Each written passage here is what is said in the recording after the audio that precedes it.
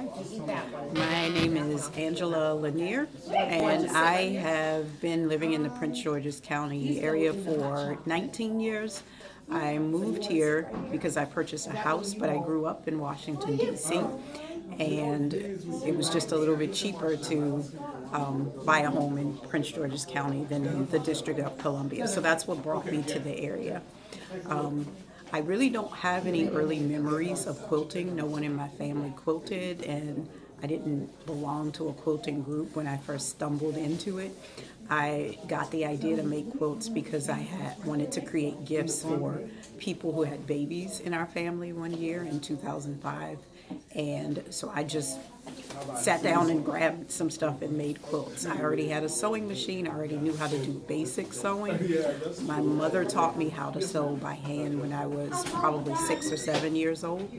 And my mom only had one arm. Her left arm was amputated, so she used to stitch and sew with just one hand, and that was fascinating to me. So when she passed away, I grabbed all of her sewing things, her needles, thread, things like that, and kept them. And so I would always make crafts and things like that, but never thought as big as quilting. So in 2005, when I first made a few quilts, I actually enjoyed the process, and that's sort of what got me hooked. A few years later is when I stumbled across the Uhuru Quilters Guild in PG County, Maryland. And when I joined that guild, I met other women who quilted and who were great artists and great sewers and who just created phenomenal work. And that inspired me and sort of kept me going. So since then, I've just been addicted to quilting. So I make maybe about 4 or 5 quilts per year. I taught myself to quilt. I've never taken a class. But sometimes if I get stuck, I'll ask someone or I'll look at a YouTube video or something like that.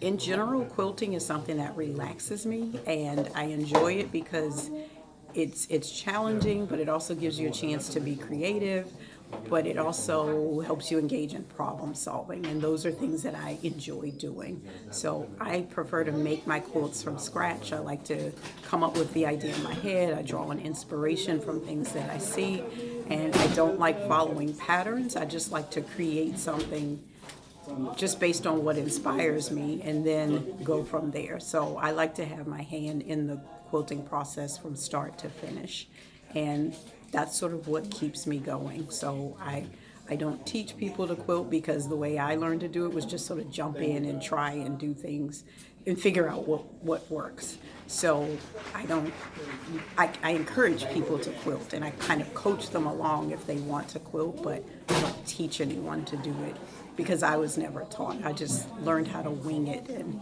make things happen. So I enjoy it. It's one of my passions, and if I had to choose one thing to do for the rest of my life, quilting would be it. So that's just sort of how I came into it, and that's what makes me stay, just the drive for doing something that involves problem solving. It's challenging, but it's also enjoyable, and then you get to see the whole process from start to finish.